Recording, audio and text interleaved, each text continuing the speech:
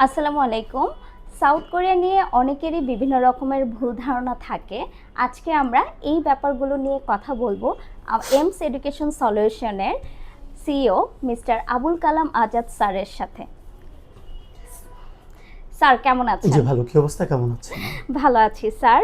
আচ্ছা স্যার, অনেকে মনে করে কোরিয়াতে পড়তে গেলে আইএলস অবশ্যই লাগবে কিনা, এ ব্যাপারে যদি কিছু বলতেন।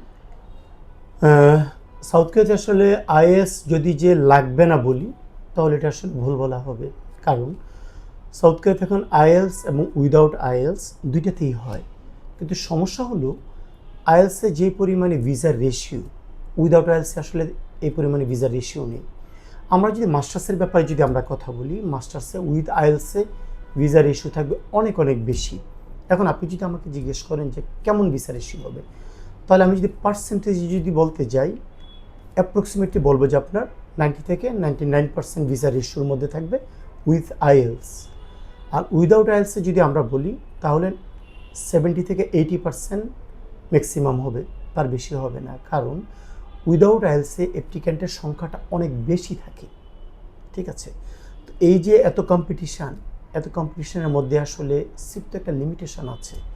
তো এন্ড অফ দ্য ডে এত ভিসা হবে না, একটু কম হবে কম্পারেটিভলি। আর ব্যাচেলরের ক্ষেত্রে আমরা যদি আসি, আন্ডার গ্র্যাজুয়েটের ক্ষেত্রে আপনার উইদাউট আইএলস ইইপি প্রোগ্রামে যেতে পারেন। কিন্তু বর্তমানে সামনে আগামী যে সেমিস্টারগুলো আসছে, ইপি প্রোগ্রামে আসলে ভিসার ইস্যুটা খুবই কম থাকবে। লাস্ট 2 থেকে 3 সেমিস্টারে যত ভিসার ইস্যু যত হাই ছিল, কিন্তু নেক্সট ইনটেকগুলোতে যেমন আগামী ডিসেম্বর অথবা মার্চ ইনটেকে ভিসার ইস্যু অনেক কমে যাবে এবং ইউনিভার্সিটির সংখ্যাও অনেক কমে যাবে ইপি প্রোগ্রামের জন্য। সেক্ষেত্রে ব্যাচেলর প্রোগ্রামটাকে আমরা বুস্টআপ করতে পারি।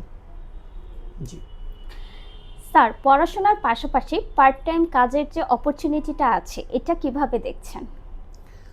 ওয়েল, আমরা পার্ট টাইম জব নিয়ে যদি কথা বলি, একটা স্টুডেন্ট প্রথম যাওয়ার পরপরই কিন্তু আমরা চিন্তা করি যে যাবে সাউথ কোরিয়াতে, গিয়ে সে অনেক টাকা আর্ন করবে বা প্রচুর পরিমাণে টাকা সেভিংস করতে পারবে। এই ব্যাপারগুলো আসলে একটু রং কনসেপ্ট। আপনাকে এগুলোর মাঝ থেকে বেরিয়ে আসতে হবে।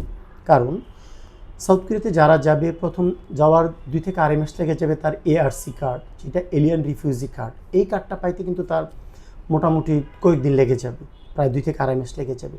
এইটা পাইলেই যে আপনারা যে জব করতে পারবেন, ব্যাপারটা কিন্তু ওই রকম না। গভর্নমেন্টের পক্ষ থেকে আপনার লিগালি জব পারমিট পাওয়ার জন্য আপনার মিনিমাম 5 থেকে 6 মাস লেগে যাবে।